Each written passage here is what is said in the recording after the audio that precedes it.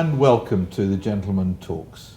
This is our series of one-to-one interviews with gentlemen and with ladies, where we talk about their lives, their influences, and all within the framework of our mission to make the world a more respectful, stylish, and gentlemanly place.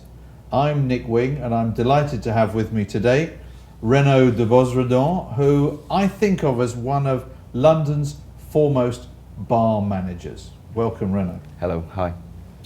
And when I was sitting down thinking about this, I was thinking about some of the other bar managers I know around London, and I can't think of a really top English bar manager. I know very good Americans, I know very good French bar managers.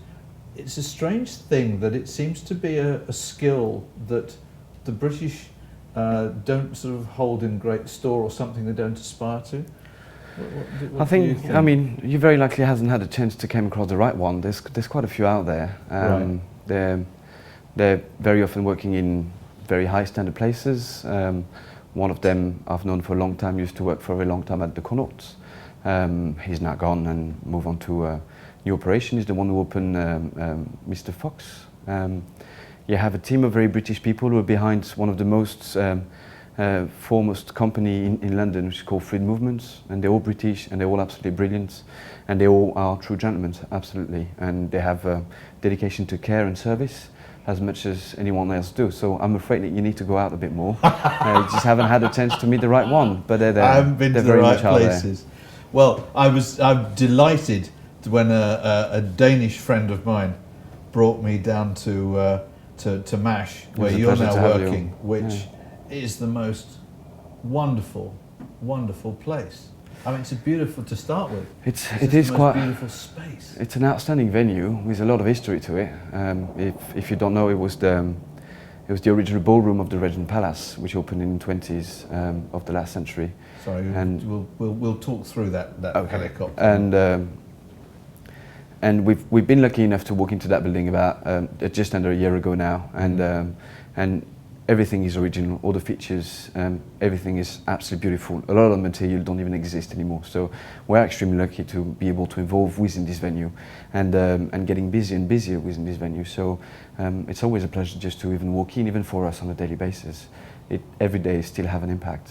I still find it slightly strange that it takes a Danish company to teach English people about good meat. I don't know if it takes Danes or not.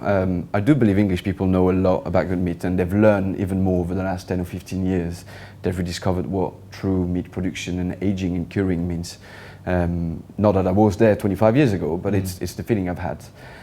But it is true that those Danish people have put together a line of meat sourcing which is absolutely outstanding, and presents a level of quality that I've personally never seen before.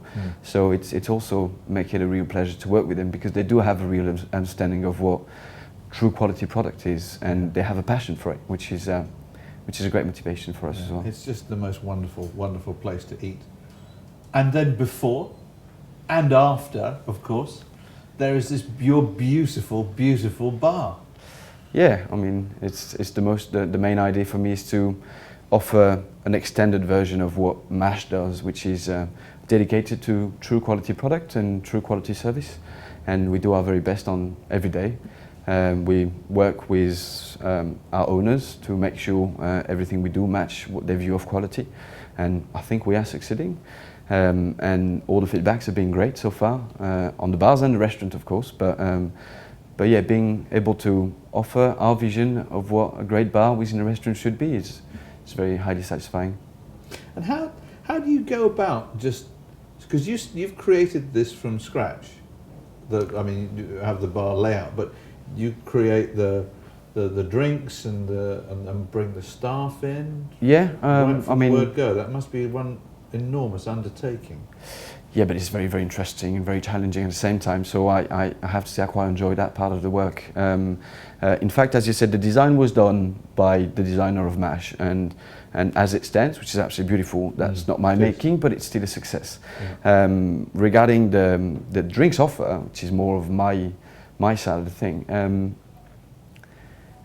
there was a lot for me to learn about it because Mash is dedicated to bourbon and American spirits. So we offer the whole range, but still it was a lot for me to learn because I never had a chance to work that much with this category of products. So it's been a lot of learning, a lot of anxiety and stress as well, but a great experience and getting all together and bringing the people in and do all the training and working with the team to build up a drinks offer which is of a great standard. That's something absolutely brilliant that I enjoy every time I've had a chance to open a new place, and I keep on enjoying that every day really. Working with them is the greatest satisfaction, and seeing our guests being happy with it is even more satisfying. But yeah, a large part of it is the team effort. Do you find it hard? Because I mean, there are. You're right. I don't go out enough, but I know there are a lot of bars in London. Do you find it hard to get good quality staff in London? No. It's not. There's a lot of great people out there, specifically in London. I don't know if it's the case in Manchester or other cities, but in London, the industry is so dynamic and so competitive that the people who work within this industry and want to progress within don't really have a choice but be good. Right. So a lot of people you come across are already fully trained, very experienced, and already have a high level of creativity. Now, the work is to get this team working together, and that's my job and my colleague's job, my head bartender, and that's the biggest challenge. But because everybody's human and not everybody is meant to work with the other, but getting them to work together. Quality people are there. Just getting them together is the challenge, and I think we've succeeded. And where did you start on your path to these dizzy heights? What started you on the? I've started working. I was the first time I came in London was during a year break in between two very different type studies, and I worked in several venues, not as a bartender at all. I was a waiter at the time. I worked at the Westbury Mayfair. I worked in an Owings pub, in all sorts. But while I was at the Westbury Mayfair and discovering London, I discovered a bar, and the beverage industry was quite fascinating. I grew up in a winery, so I sort of had a pre-made interest to it, but I realized that anything was above 60% of alcohol was more of my cup of tea. So after a year, that year in London, I went back to France to study catering management in Lyon. And at the end of that 2 years of study, I did a final training period in Brighton, in Hôtel du Vin, which was probably the best card I've ever been given, because it was such a school on all of it, on the service quality, on spirit knowledge, on how to work and how to evolve within this industry. So I stayed there for about a year, and then I moved on to London, where I worked for the first place in Casa, because cigar sort of became a prime interest of mine, and Casa del Habano at the time, but Casa was sort of the perfect place. Great drinks, good spirit selection, great people, and a huge selection of cigar. So I stayed there for a while, sort of did a bit of progression within, learned a lot, and then moved on, went back to France to help my parents to work in the winery for just under a year. And then I came back and moved from a venue to another, did a couple of openings, not as management, but did that. And then the general management of Casa sort of called me back, so I took over the bar as bar manager. That was my first bar manager duty. And did a lot of work there, learned a lot on how to manage, how to lead, how to bring forwards, how to build the project and implement it. So that was great. Stayed there for about 2 years. I think it was quite a success on, I guess, satisfaction, on the offer, on all of that side. And then I moved on. I moved on to join a very, very strong bar team, who was at Quo Vadis at the time, where I sort of offered myself a 6 months training period just on pure knowledge and skills, and that was a brilliant experience. And then I've been recruited by Caprice Holdings, which are the owners of Hy-Vee and Jeshiki and other large restaurants, to open 34 as bar manager. 34 is a sort of prime quality steakhouse in Mayfair, and learn much more back of house skills, learn lots about the wine, and for the first time I did the whole set of building the entire drinks offer, putting together a team, training it, and opening a full bar. And once again I stayed there for about a year, and then decided to move on and ended up at MASH, where I am now. Do you think that most people who turn up to your bar and order a drink have any idea what it takes to work the other side and to do what you do, the training that you require? I don't want to be negative, but very likely a large part of them don't realize it. I mean, you know, a lot of people who are working now in banks or in marketing or others have been bartenders or waiters during their studies years, so a lot of them do know. They have an idea. They've done it. Maybe if you've done not. It, you know. Yeah, you've done it. So you have an idea that it's not the best life, it's not the nicest working hours, and the requirement in knowledge is quite high. But no, a lot of people don't realize it. So, but I mean, it makes it even more interesting for us because we can introduce them to some things they never discovered before. So, I mean, I'm actually quite happy they don't. So I can show them a word that. Because you've got those levels of skills. If everybody knew, I wouldn't have a job anymore. So I'm quite happy I have a lot of people to share that with, who are happy to discover that and happy to try to understand what it's all about, what we do. So yeah, it's better that way. Yeah. No, it's just fascinating that no, when you talk about having to go out and learn about bourbons and a whole new area that you hadn't really come across. No, I think most people are just faced with a bar full of bottles and assume, you know, or don't really think. Yeah, I mean, about what you know and how you know the difference of all of those, and the time and effort you've spent testing them and working out. Yeah, of course, flavors. that's a large part of the training as well. I mean, you know, one have to do it. If it has to be me, I'm happy to dedicate myself. But you know, it's like any other profession. I believe if you like your job, learning a new part of it is always interesting and exciting. So it's the same for us. Of course, it's more related to the content of a bottle and the people behind. But it's always very, very exciting to learn more and to find a new motivation to go and find more information and be able to share with the team and force the team into going on their side to find out as well. So it's actually a natural but very highly needed process to work in a new environment where you come across something that you haven't had a chance to work with, because that's how you develop yourself as a bar professional. I don't know about other industries, but I assume a lot goes the same way. But I'm delighted to hear that there are sort of English people learning the skills, and I hope they're being valued in what they do.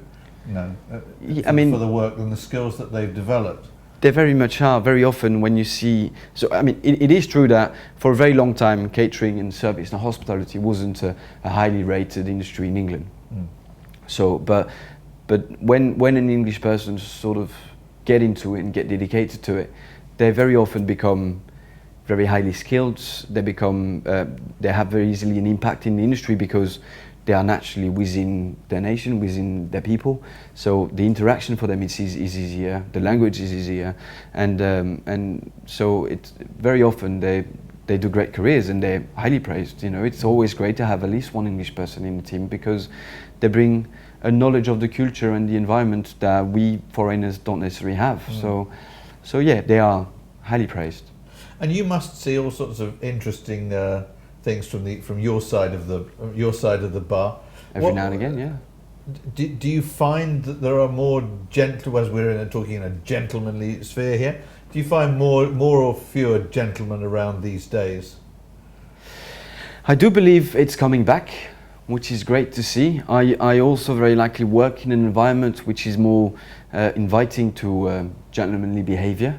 I'm not working in a dive bar, so people are not there to go and party hard till the end of the night. So of course maybe the environment is more appealing to this kind of behavior. It very likely is.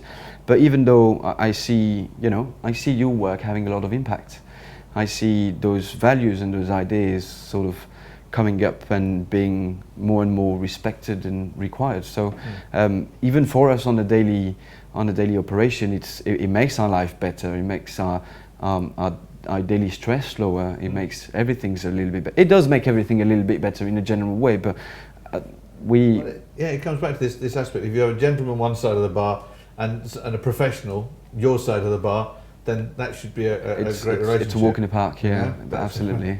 And those people are very easy to spot and very easy to interact with, and yeah, it's part of the pleasure when a true gentleman comes and sits at the bar with his guest, and looking after them and interacting with them is always a bit of a pleasure in the day. And is it from a French perspective now? Yes. Looking at British, well, how do you describe, or how do you think of as a gentleman? What's in a British context? What's I'm not saying it's just a British thing, because there are great French gentlemen. There's great gentlemen all over the world. Yeah. I think a true great English gentleman is actually unbeatable.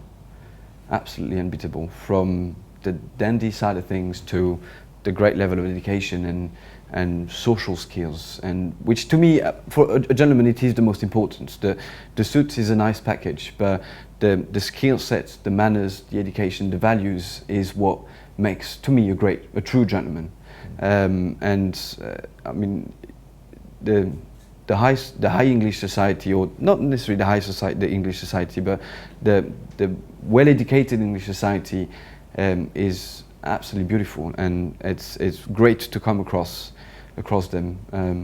It sort of allowed to have a great view of English society, a great view of English culture, and yeah, they are absolutely outstanding. Excellent. Now, I think of you as I know, because we've talked about this. You're a creator of great drinks and new drinks. I know, because I've drank one of them. So only one? You need to come back. Well, yeah, I think we had two actually of the same one. Probably, but yeah. One's never quite enough. What does a British gentleman drink? What's the traditional, before we move on to the? I mean, like any other thing, there's fashions following. So over the last few years, martinis have been a great fashion among English gentlemen and sophisticated people.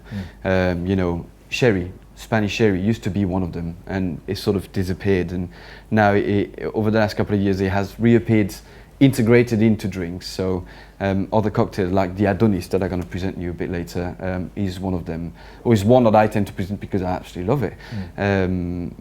But more refined drinks, refined palate, less sweets, a bit more on the bitter. Of course, gin is still at the core of the English drinking habits, but it's done now in a bit more settled and sophisticated way, which is nice. It's allow us to play a bit more with it and to introduce.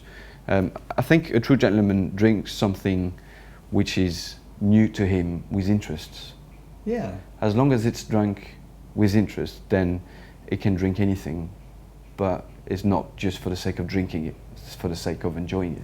The thing is that if you look at a cocktail list, there's within a cocktail list there's a drink there for every palate usually, and for every occasion, no matter whatever, whether you want warming up or cooling down or. Yeah, that's the idea. I mean, they're usually classified in pre-dinner and post-dinner and aperitif drinks. But yeah, when you build a drinks menu, you in fact try to fit every type of palate for the people who like, from sour to sweet, from long and fresh to full on and strong with alcohol, and with different type of flavor and different concentration of flavor, which are pre-dinner or post-dinner, or even during dinner. More and more we try to work with matching our drinks with meals or with dishes, which sort of even force us even more to push a little bit our creativity. So it's what makes it more interesting, what makes it, as I said, London is one of the most competitive market, is because the people within the industry are trying to constantly move forward the drink offer and develop the imagination to offer something which is a little bit new and a little bit old at the same time. So I was thinking about this because I found recently a book of cocktail recipes that I remember finding when we just moved house. So 23 years we've been in the house, and this book was in the loft when we moved in. Do you remember the name of it? It's a tiny little blue book. I'll find it, I'll show it to you. It's a tiny little blue book. So it must be 50, 60 years old. Yeah, and probably mixed drinks. Some of the cocktails are standard and have been around for an awful long time, haven't they? Yeah, absolutely. And created by great bartenders or from great bars of the past. Ever since the bar industry really started, which was at the end of the 19th century, 1860s or so on, the first book was published at the time, and a few men sort of led the introduction of cocktail to the world. One in particular called Jerry Thomas. He's dead now, a long time ago, but he wrote a book which has been referenced ever since. It's called The Bon Vivant Companion, or How to Mix Drinks. And it has been a reference of measures and flavor mixing and habits for every generation of bartender until the 80s. And in the 80s, a sort of serial social events have brought the bar industry to thoroughly change. And from great drinks and great spirit knowledge, we went into shooters and vodka with sweet flavors, which is not necessarily a shame. It did happen, and people were happy with it. You know, as long as your guest is happy with it, then that's the most important. But over the last maybe 12 years, 15 years, the industry has sort of rediscovered interest to those old classics that you mentioned, which have been in books and around ever since. And the Martini is part of them, you know, we were mentioning earlier. And so is the Adonis part of them, and many others. And so daiquiris and even Mojito have been around forever. And they've always been the frame to every creativity display, to every structure given to a drink. Those are the main reference. So now what we do is try to work on those bases and make it better in our own way. So every bar is a little bit different, every bartender is a little bit different, every bar got different guests. So, but still those ideas remain the frame we work with on a daily basis. And then when you set out to create something new, we'll come back to your marvel, your flaming marvel that I saw across the bar being created, the Caracas Blazer, which I've never seen anything like. And it's a half drink, half circus. Kinda, yeah, but I'll that's tell your you all creation, about it. Right? It's my creation, but the Blazer was first written down in that same book I just mentioned, which is by Jerry Thomas. Okay. At the time, it was the Blue Blazer. Right. And the Blue Blazer was a simple mix of overproof peated whiskey, water, and a little bit of sugar, and would be rolled the way you saw me doing, from a cup to another, and would develop a large array of blue flames. Right. And it was therefore called the Blue Blazer. When you say rolled from one cup to another, yes, you omit to say that actually the whole thing is alight as it's going on fire. From it's cup on fire. To cup. Yeah. Yeah. It is part of the show. But right. But that was one of Jerry Thomas' main signature. The drawing of him doing it are famous all over the world. You can just Google Jerry Thomas and you will very likely see an old black and white drawing of a man throwing flames from one cup to another behind a bar, and it's been around. So the flavors implemented in drinks you had are totally different, but the base idea and the way the drinks was built originally was regarding this, what he did now 200 years ago. So when you created your Blazer, yes, how did you start out? I tend to always start with the base product, whatever the main spirit will be. I try to understand what main flavor it carries, and then find a mix and a set of ingredients that either complements or go against to create a mix of flavor which sort of develops a bit more. So in that specific drinks, the rum was the specific rum called Diplomatico, which is from Venezuela, and which is slightly on the sweet side, but it's got a lot of fruit and a lot of spices. So to that, I brought a very soft fruit, which is the pineapple, fresh pineapple, which is caramelized by adding a little bit of sugar and flaming Angostura bitter on it. Angostura bitter is a very, very strong and overwhelming blend of herbs. But once flamed, sort of settle a lot and reduce his alcohol level very much. And this brought with a couple of other flavors, which once again were one very sweet, which is an apple liqueur, which just brings a bit of freshness to the drink, despite the fact that it's boiling hot. And the other one, which is Galliano Autentico, which is a reproduction of an old Italian recipe. So it's not the Galliano Vanilla as we've known in the 80s, it's a new one which is much more on an herby side. So you've got a sweet and rich rum, a soft fruit which has been slightly caramelized, a very fresh flavored liqueur, and a very herby liqueur. So all those sort of complement each other and balance each other. And the bitters bringing, sort of knocking down the sweetness of the drink. And that's how I built it originally. On that specific drink, it was not a long effort work. It was sort of grabbed a few bottles around me and sort of had a certain level of understanding on what the flavor profile was, and sort of put them together in a way that worked very well. The blazing was to sort of confit the pineapple which was within, and worked very well, sort of blend the flavors very well together, and it was a certain part of knowledge and a good part of lucky. But it made a great drink, and we kept it. Happily kept it. No, I'm here to say, absolutely fabulous. glad So you liked it. how often do you sit down and create something new? Like I don't sit down because I need to stand behind the bar. I never sit down.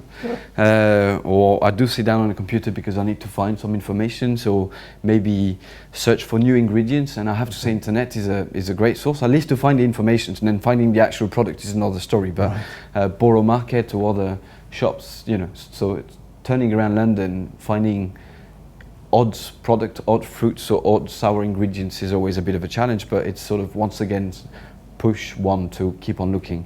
And it's an everyday thing. You know, every day we come across new products, every day we come across new spirits, and every time, because we dedicate to cocktail as much as spirits, whenever we try something, I cannot stop myself from thinking, what could I match that with? How could I work it out to make a great set of new flavors? So it's a constant effort. And then every now and again there's a deadline, and all those ideas come together, and we try to put them into one glass. So that's how I work. I know other bartender works in, I need to create 50 drinks, I've got a month, I go for golds. And I don't know how they do it because they're amazing at it. I'm not able to implement such an extent list in one go. I need to have a constant work, and then, which is why I work my menu that way. We don't change the whole menu every 6 months. We change 2 or 3 drinks just to keep on keeping the menu alive, which I prefer. And it's just ideas come across, and we finalize them, and when it's the right time, we change a drink in the menu. So that's how we work, but not everybody works like that. And the whole process of creating something new has a certain joy about it. Actually, sitting down. Very much so. Yeah, very much testing so. One of the most, you'll have to come back to try it. One of the most representative was me and Andre, my head bartender, were trying to create a drink for Repeal Day, which was the anniversary of the end of Prohibition in America. And we want to make a twist of a very classic American drink called Remember the Maine. And Remember the Maine is called Remember the Maine after an American boat that sank not far from the Cuban coast. And the drinks was created and named after, in memory of the boat. And so, because of a thought process and historical knowledge, only a small one, but sometimes it helps, we decide to work in a different way. So it was based on bourbon with sherry herring, which is Danish liqueur, sherry flavor, and a hint of absinthe. And we were trying to find something that would work, and it would work within the history, the American history, and so on and so on. And whenever I open a bar, I go and buy a couple of odd products that I know, but I can't really buy through the normal supplier circuit. So I just go and buy them myself, and I have them behind the bar hanging around. And so we try, and at some point I sort of start to jump on the floor and say, hoo, how about you try this bottle?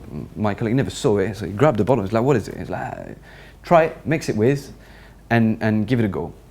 And he replaced another product with this liqueur, which is a plum liqueur infused with walnut. We don't infuse it, we buy it as it is. And it's made in the south of France, not because I'm from there, I discovered the product in England, but it's a beautiful, beautiful product. And suddenly the drinks had an outstanding volume, an outstanding level of flavors. It sort of had the capacity to coat the palate, and the dash of absinthe would clear it at the end. So it was the perfect after dinner drink. And that was, it wasn't an effort, it wasn't a thought process, it was just an idea that banged in the heads and sort of made sense. Because I knew the product and I've tried what he was doing at the moment, and I suddenly had the idea and I knew it would work. And having the satisfaction of the drinks actually working was absolutely great. But as I mentioned, you know, we were trying to do that for the Repeal Day, and we named the drink Pig's Bay for the specific reason that it was plum and walnuts, which in the history of my country we tend to feed pigs with the ham shells and walnut skins and all sorts of things. And Pig's Bay is a very famous place in Cuba because it's where American army came in to save the country and actually got kicked out by the very Cuban people. And it was sort of all made sense. It was named after another American sheep, and so it's a great drink. The drink was so good that we actually it came on the menu, and it's been very much enjoyed. So that was a great satisfaction. Excellent. Well, I need to organise something for my wedding anniversary in September, so maybe we'll come down and see you and we'll try a couple of those. I need to make sure I keep a bit of that liqueur there. So talking about things like that and these exotics, I've often seen, or there's one bar in particular I can think of where I know that I talked to the barman there and asked him about something particular he did for his Bloody Mary, and it was, he'd tell you most of the things, but then there was one thing that was a secret. You all have your little bottles of probably, yeah. Bloody Mary is probably the best example, because I mean anybody can do a Bloody Mary. You at home can do a Bloody Mary. It's pretty simple and straightforward. We need Tabasco, Worcestershire sauce, a bit of celery salt, tomato juice and vodka, and you have it. But then the base spices, which are the Worcestershire sauce and Tabasco and the celery sauce, is pretty simple. And you can play with that as much as you want. And it's very easy to play with it, and it's very easy to make it a bit of a safe signature. So most of the bar now have their own sort of spicy premix. Some are great, some are not necessarily everybody's cup of tea, but it sort of became a tradition now that the Bloody Mary has to be yours. And so every bar have their own little mix. We do, and all strong bars have their own little mix. And it's cool because now there's not two Bloody Mary which are the same, so you can go in every bar and ask for a Bloody Mary, and you know, hopefully you will like it and you will really enjoy it because it's different from the previous one. And I think that's absolutely brilliant. So you get, it's like, you know, like a special, your local bitter or something like that. Or something that's a thing, that's unique for you. And you know, it's very easy to work with different spices and different chilies and different sweeteners or sour ingredients. So because it's a big mix and you tend to batch the mix, it's very easy to work it out and make it a big, rich and interesting flavor. So yeah, Bloody Mary is it's good that you pointed out. Excellent. Well, the great point here is that we get an opportunity with Renaud with us to break off at this juncture, and Renaud's actually going to show us how to make a couple of cocktails, and I'm looking forward to that. It's coming towards our lunchtime, so we're going to break off now, and we'll meet you at the bar.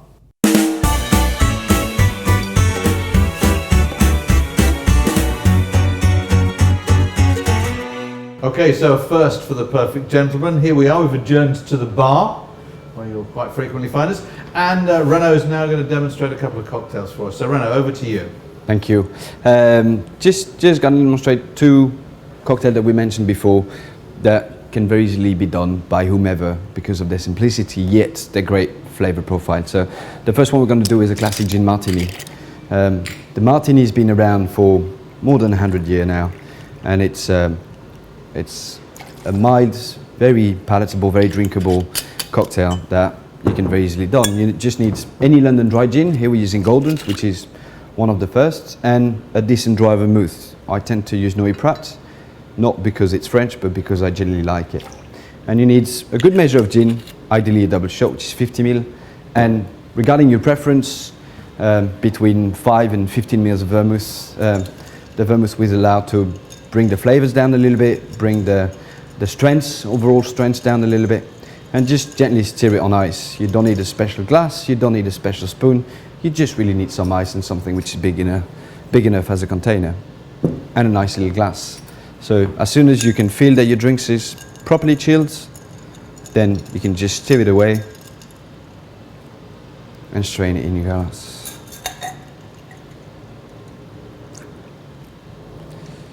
So one little thing I like to recommend is that if this is to be done at home, you don't need to make a massive one.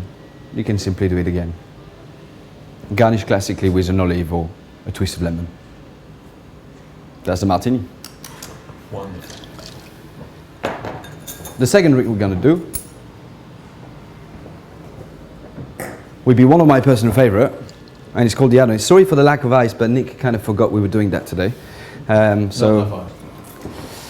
The Adonis is a very classic mix of drinks, and it's composed once again of a vermouth du Bonnet, which is the Queen's mother favourite. Used to be, of course. And it's a half and half. So simply put, a bit more than a single measure of du Bonnet. A little extra for the pleasure. And the same amount of any type of dry sherry. I tend to prefer Amontillado because it's a bit more flavourful and it got this oxygenation extra, which I like and brings a bit more to the palate. But a Manzanilla or dry Oloroso does exactly the same work. And this is very much the same idea than a classic martini, but It's a little bit lighter in terms of alcohol, and yet it's a little bit stronger in terms of flavour. Slightly more sweet in the flavour profile. So it's not for any palate, because it's much more, I mean, as you can see, it's a vermouth and sherry, so if the person don't like those flavours originally, it's probably not going to work for them. But if this is the type of flavour you enjoy, then it's probably one of the best drinks in the world. And just simply strain it away. Don't put any garnish. There's enough flavours in that drink to please anybody. That's the Adonis. Nick, would you like to try? I was going to say, it'd be Please, rude please if I be my wasn't guest. just Please be my guest. just to try that, because I've tried a martini once or twice in my life, but never one of these. Do you like sherry originally or not? Then that should be your cup of tea. I do. Oh, that's gorgeous. There you That's are. really very, very nice. You only need some ice. It's not strong. When would you drink that? A pre-dinner cocktail, or? I do it at breakfast really, but no, very much before dinner. It's Right. more of an aperitif. It's a mix of two aperitifs chilled down, so Yeah. it very much is an aperitif. So pre-dinner is probably the best time. But I mean, it's a light drink, so if you're on a night out, I tend to drink these drinks when I'm on a night out because it's not too high in alcohol, and so I can enjoy my night throughout and still have a very rich, very interesting cocktail without going too high. So The Adonis. the Adonis. I shall remember that. I think it's in the Absolutely name, lovely. isn't it? Fantastic. There you Right. are. Well, I shall have one more sip, and then we're going to head back and do the 10 perfect gentlemen questions. Thank you. Cheers.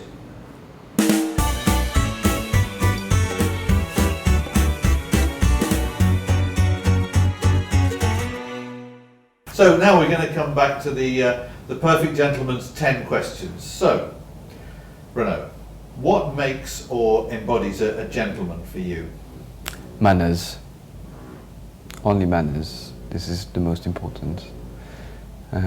Definitely. Excellent. What's the most romantic thing that you've ever done? I built a garden. A complete garden. Pretty much. Not far. Lovely. If you could bring one gentlemanly trait into business, what would that be? Probably reinstall the value of a handshake. First, it has disappeared a little bit, yet it's the most gentlemanly way to settle an agreement. So, yeah. Oh, as a settle an agreement rather than Yeah, an probably. introduction. The value of it. Yeah, yeah. To a deal done on a handshake. Absolutely. Excellent, excellent. What element of grooming is most important to you? Probably a well-pressed shirt. The ironing is an important element, and it's very easy to spot when it hasn't been done. So, probably. Excellent. I was looking down to check. You're right. Thank you. Name an iconic gentleman, someone who you think of. To me, my dad, but he doesn't count because he might not be iconic enough. But I've always enjoyed looking at Prince Philip. I think he's got the whole of it, perfectly well blended. Excellent, excellent. What's the most important item in your gentlemanly wardrobe? In mine, Yeah. probably my shirt stay. Do you know what those are? Carry on. Just, I can show you if you want. okay. It's a set of little elastics that goes from the socks Okay. to the bottom of the shirts. Right. That just keep the shirt tucked in at all time. Oh, wow. Because I do believe the is a bit of a killer. Right. So I genuinely enjoy wearing them every day. Okay. And you very easily forgot about them. So yeah, I love those. Excellent. Why should there be more gentlemen in the world? I believe you would probably swallow a large part of the daily hunger you face on a day. So definitely more gentlemen will help in that. Excellent. What key skills should every young gentleman be taught? Well, as I said before, manners. Probably table manners being the most obvious, but manners in general are prime skill. They're needed more today than ever. Excellent. What should a gentleman never be without? Well, there's a couple of answers to that. The physical one would probably be a white handkerchief, so he can hand it to a lady in need. But if not, probably a smile. Wonderful. And finally, finish this sentence. A gentleman should always. Should always be a gentleman. Not only from 6 to 10 in the evening, at all time. But it's very hard. Wonderful. Renaud, it's been a real pleasure. Really has. Thank you very much indeed. It was my pleasure to be here. Thank you very much.